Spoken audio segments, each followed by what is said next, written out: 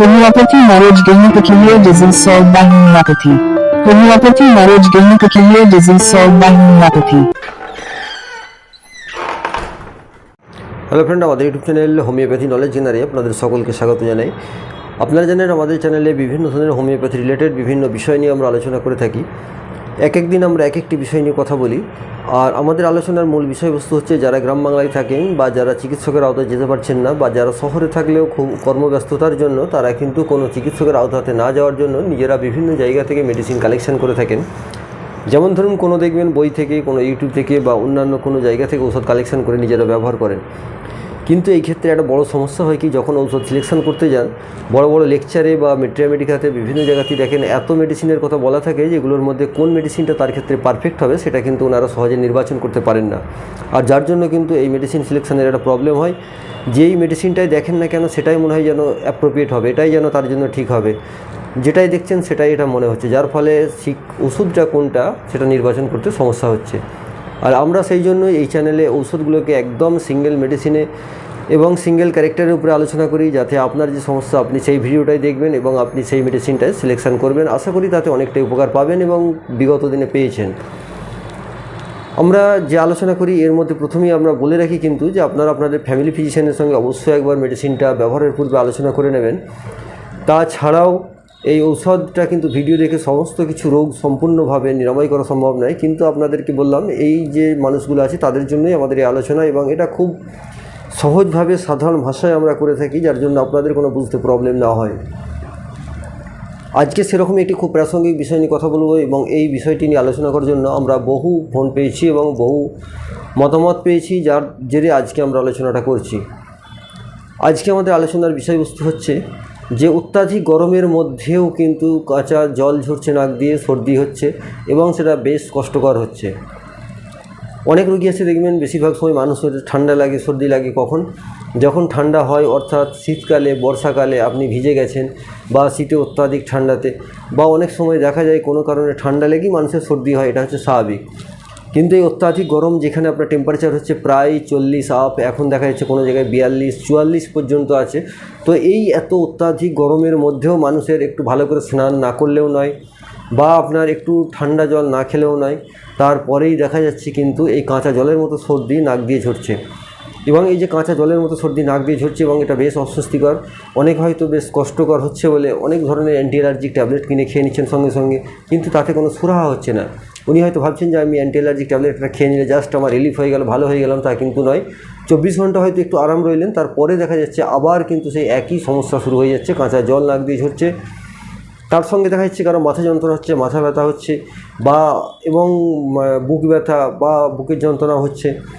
তো প্রধান যেটা হয়ে থাকে নাক দিয়ে কাঁচা জল ঝরা, নাক জ্বালা করা, এবং তার সঙ্গে এই যে সর্দিটা বেশ অস্বস্তিকর একটা অবস্থা। এই যে অস্বস্তিকর অবস্থাটা, এটা কিন্তু আপনার কোনো অ্যান্টি অ্যালার্জিক ট্যাবলেট খেয়ে পার্মানেন্টলি কিন্তু উপকার হচ্ছে না। আর আমরা জানেন এই হোমিওপ্যাথিতে যে মেডিসিনগুলো দিই এগুলো কিন্তু যথারীতি আপনারা জানেন অনেকটা পার্মানেন্ট উপকার দিয়ে দেয়, অর্থাৎ যে আজকে খেয়ে 24 ঘন্টা ভালো থাকবেন তারপরে আবার যাকে তাই, সেটা কিন্তু নয়। তো এই যে প্রাসঙ্গিক বিষয়টা, এই গরমের সময় কাঁচা জলের মতো সর্দি নাক দিয়ে ঝরছে এবং সেটা কোনোভাবেই রিলিফ করা যাচ্ছে না। তারপরে দেখবেন যারা যত এই অ্যান্টি অ্যালার্জিক ট্যাবলেট খাচ্ছেন, খেয়ে দেখা গেল সেই সময় কাজ হচ্ছে না, তখন বললেন একটা অ্যান্টিবায়োটিক কোর্স করতে হবে। তো এই আপনার অ্যান্টিবায়োটিক কোর্স করুন আর ট্রেনিং করুন, যাই করুন না কেন, করার পরে যে পুরোপুরি সেরে যাবেন তা কিন্তু হচ্ছে না। তারপরে দেখা যাচ্ছে আরও বাগে ধরছে। যেসব রুগীরা ভুক্তভোগী তারা কিন্তু জানেন যে এই কাঁচা জলের মতো সর্দিটা নাক দিয়ে ঝরছে, আপনি প্রথমে ভাবলেন যে দুটো অ্যান্টি অ্যালার্জিক ট্যাবলেট খেয়ে নিলে মানে ঠিক হয়ে গেল, আপনি ভালো হয়ে যাবেন, সেই মনে করে খেলেন, কিন্তু দেখলেন সপ্তাহভর আপনি খেতেই চেন, কোনো শেষ নেই। তখন আপনি আবার বিরক্ত হয়ে কী করেন, ভাবলেন একটা কোর্স করবেন, অ্যান্টিবায়োটিকের কোর্স করে নেবেন, যে 3-5টা যে থাকে, তাহলে মনে করলেন যে বোধহয় খুব ভালো হয়ে যাবে। তো সেটা করলেন, করেও কিন্তু তাতে দেখা গেল কোনো লাভ হলো না, আবার সেই কাঁচা জলের মতো সর্দি, নাক জ্বালা শুরু হয়ে গেল। আর একটু যেটা আগে দেখা গেল হয়তো আপনি যদি 5 দিন ফ্রিজের জল খেলে বা বরফ খেলে হয়তো একবার ধরতো, কিন্তু এখন দেখা যাচ্ছে আপনার একবার খেলে একবারই ধরে নিচ্ছে। এই আপনার অ্যান্টিবায়োটিক কোর্স করার পর থেকে পেশেন্টদের মতামত যেটা দেখা যায়, বা আপনিও যদি ভুক্তভোগী হয়ে থাকেন জানতে পারবেন, আপনার এই কোর্স করার পর থেকে কিন্তু দেখা যাচ্ছে যেটা আগে 5 বারে একবার ধরতো এখন কিন্তু একবার ধরে নিচ্ছে।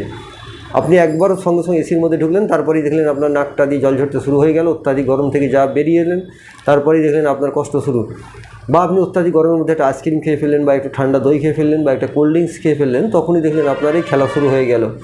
কিন্তু আপনি যে কোর্স করে এলেন তার কিন্তু কোনো ধরনের উপকারী আসলো না। আপনি হয়তো ভেবেছিলেন যে এটা করলে আমার কমপ্লিট হয়ে যাবে। আপনি এই যে কোর্স করার পর অ্যান্টিবায়োটিকের হয়তো আপনি ভাবলেন যে আমি একটা সার্টিফিকেট পেয়ে যাব যে আমার আর সর্দি হবে না, কিন্তু ঘুরিয়ে দেখা গেল সেটা কিন্তু আপনার উল্টো জিনিস হয়ে গেল।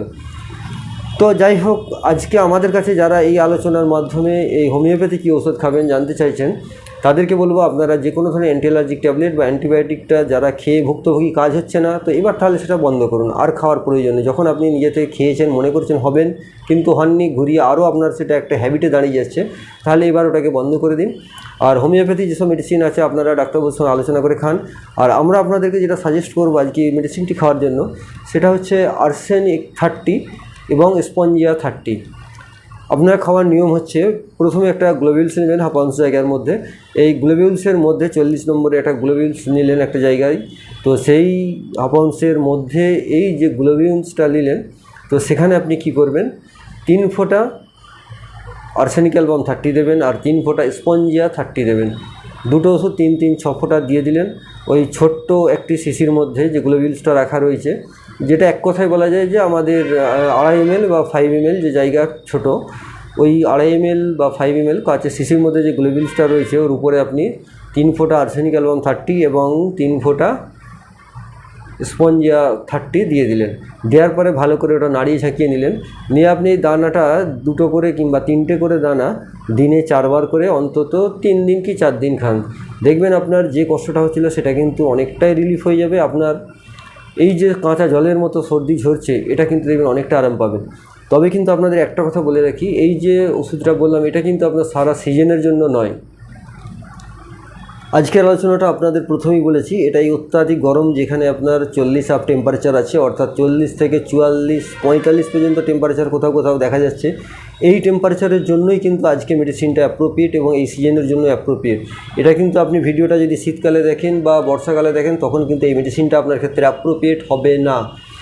সেটা মাথায় রেখে এই ভিডিওটা কিন্তু শুধুমাত্র এই অত্যাধিক গরমের জন্য। অত্যাধিক গরমের সময় যাদের এই নাক দিয়ে কাঁচা জল ঝরছে, ঠান্ডা লাগা তো দূরের কথা, গরমের সময়তেই দেখা যাচ্ছে তাদের এই সর্দি হচ্ছে, কাঁচা জলের মতো ঝরছে শুধু, এবং নাকটা বসে যাচ্ছে, নাক জ্বালা করছে, অস্বস্তিকর অবস্থা। এটা গ্রীষ্মকালের জন্য যাদের হচ্ছে তারাই এটা ব্যবহার করবেন। আশা করি অনেকটাই উপকার পাবেন, এবং এতে যদি কোনো আপনাদের সমস্যা হয় বা মনে হয় কোনো নেক্সট মেডিসিন খাওয়ার প্রয়োজন আছে, তাহলে আপনি আপনার ফ্যামিলি ফিজিশিয়ানের সঙ্গে কথা বলতে পারেন, অথবা আপনি আমাদের সঙ্গে যদি বিনামূল্যে পরামর্শ করতে চান, তাহলে আমাদের যে হেল্পলাইন দেওয়া আছে 8296080055, এই নম্বরে আপনারা হোয়াটসঅ্যাপ কল করতে পারেন যারা ইন্ডিয়ার বাইরে আছেন, আর যারা ইন্ডিয়ার মধ্যে আছেন তারা এমনি ফোন কল ইজিলি করতে পারেন। তাছাড়া আমাদের যে ওয়েবসাইট আছে www.mykmgroup.com, এখানে গিয়েও আপনারা আপনাদের ডিটেলস লিখতে পারেন, বলতে পারেন, বা আপনাদের যদি কোনো প্যাথোলজিক্যাল রিপোর্ট পাঠানোর থাকে দেখানোর জন্য, সেটাও আপনারা কিন্তু পাঠাতে পারেন। আর আমাদের যখনই ফোন করবেন আপনারা কিন্তু জানেন সন্ধ্যে 7টা থেকে 8টার মধ্যে ফোন করবেন। আমাদের এই সংস্থার যে কোনো ডক্টর আপনার সঙ্গে কথা বলে নেবেন, তবে ফোনটা কিন্তু সন্ধ্যে 7টা থেকে 8টার মধ্যে করবেন। একদম বিনামূল্যে পরামর্শ আপনাদের আমরা দিয়ে থাকবো। তো সকলেই ভালো থাকবেন, সুস্থ থাকবেন। আশা করি আলোচনাটা আপনাদের অনেকটাই কাজে লাগবে। আজ আমরা এখানে শেষ করছি। ধন্যবাদ। Disease solved by homeopathy.